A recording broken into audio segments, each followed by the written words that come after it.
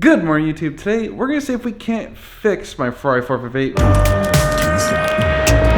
are you recording all of the nefarious activities? If you're new to the channel, my name is Dan, this is my garage, and this is my busted Ferrari 458. Unfortunately, about a month ago, it started doing this weird thing where it would just accelerate.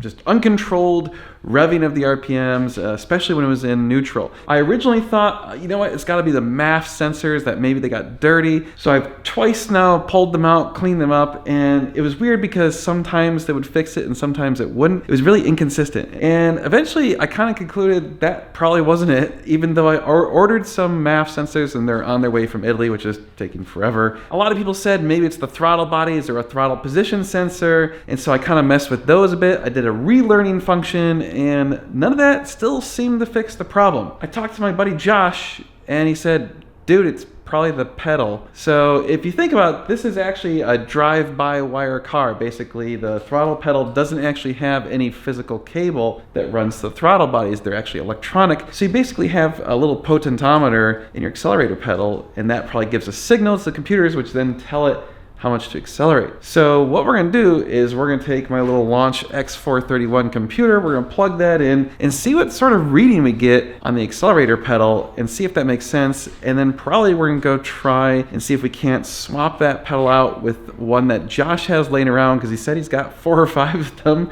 I'm not sure exactly why he's got so many, but anyway, we might do that. And then the other thing we're gonna do is we're also finally fix the exhaust leaks. If you saw my last video, you saw my exhaust clamp, well, broke. So I ordered a new used one. So yes, this is a used exhaust clamp, and I got this very quickly and I'm really pleased about that. So let's get this in there real quick. This will be super easy. Moses, you gonna help me today? Are you gonna just sniff around? I don't know, that's a pretty happy tail wag. You know, you're looking around for some stuff, huh?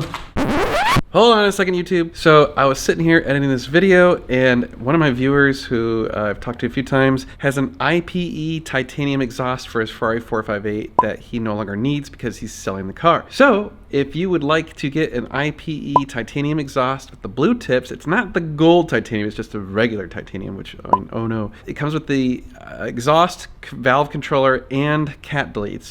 So make me an offer. It looks like it's in basically perfect condition. Make an offer and we'll get that shipped out to you pretty quickly. Just hit me up, dan@normalguysupercar.com. All right, carry on. So we're gonna take the new clamp and just connect those two pipes. So basically we got the header connecting to the rest of the exhaust, and that should contain our exhaust leak. This is what you get when trying to work with the Bassett. Hey, leave my cell phone alone. Crawling around, getting between me and the car. It's like, here, I can totally help you. Here, let me smell this. Yep, there it is. It's still there. I'll smell these too. I get exactly where you need to be. Yep, right there. Thanks, Mo. Alrighty, got the clamp back on. That should take care of my exhaust leak. Now we just gotta button everything back up, put the fender liner in, get the wheel on, and get Mo out of the way. Mo, you are right where I need to be. Yes. Hey! Move, not give me kisses. Ah! All right, all buttoned up. Exhaust leak should be contained. So now what I want to do is we're gonna plug in the Launch, and I just want to check and see what the pedal accelerator potentiometer thingy says in the real-time data. All right, we're gonna go into Ferrari 458 Italia, and we're gonna do system selection. I don't know if it's gonna be in the ejection system, maybe. Let's see, read data stream. Potentiometer of accelerator pedal. Position of accelerator pedal. There we go. It says it's at 5.12%, but obviously I'm not actually on the pedal right now, so I don't know if that's good or bad thing. Let's see what happens. I'm gonna slam the pedal to the floor. 100%.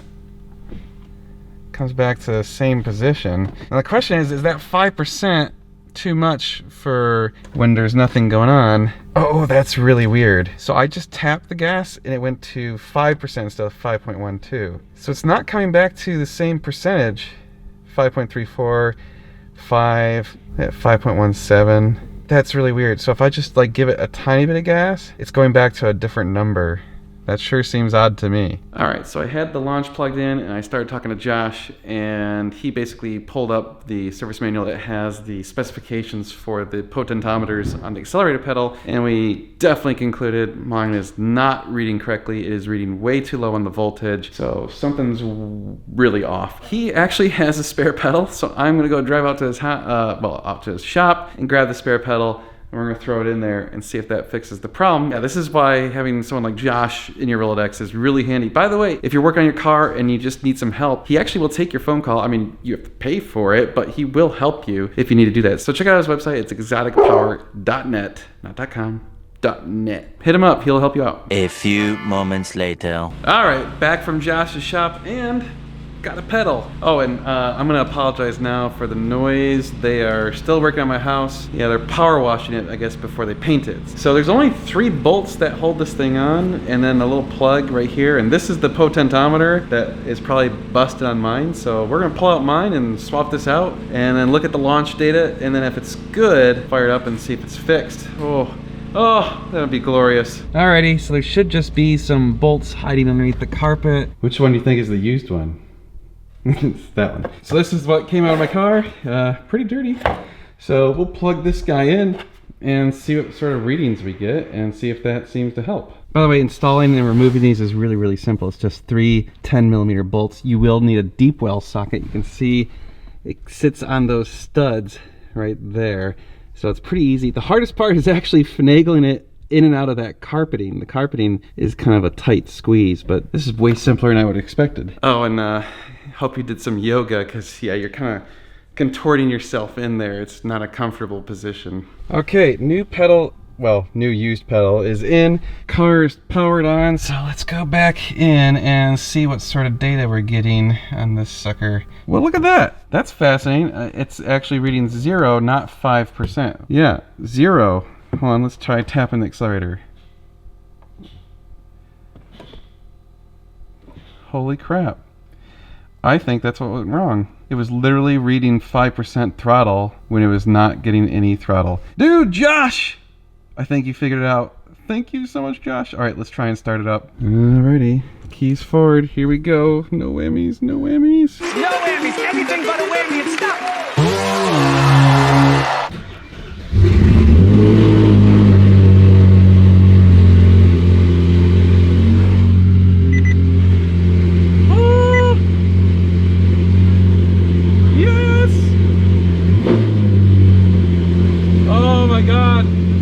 It's fixed! It's fixed! It's fixed! We need to go drive! We need to go drive right now. I haven't driven this thing in forever. Yes! We will go drive it now. Oh yeah! Exhaust leak is gone too. Yes! No! I've got the dreaded transmission light, that weird light in the center. Oh man, it won't let me go into gear. Look at it. Alright, let's see what's going on. Let's check my launch. Alright, so that looks like I just got some sort of CAN bus problem. So let's try and clear that and see if it goes away, and then we can try and drive this sucker. Hopefully that light will go away. Oh! It went away. The only code I'm seeing now is the headlight, which is what I always have. So maybe we can drive it. Look at this. Ready? Ready? Ready? Ready? Oh, yes! Yes! Look at it! I'm moving! It's amazing!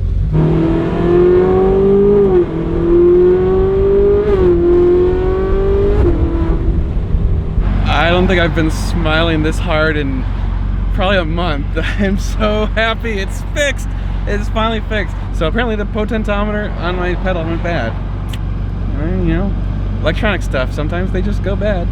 Now I've got these MAFs coming still. I think I'll probably put them in. I mean, why not, right? It's a little weird. This is the first time I really got to hear the exhaust with the new Fabspeed header, since it's been kind of messed up that whole time. It's fascinating. It sounds a bit more muscle car-y. It's a little bit throatier, but it actually, when like in the upper RPMs, it sounds more F1-y, but in the lower RPMs, it's a little bit muscle car-y. So I'm really looking forward to this exhaust sound off we're gonna do. It's glorious. It's idling at a normal speed. This is glorious, and it's working great. Check this out.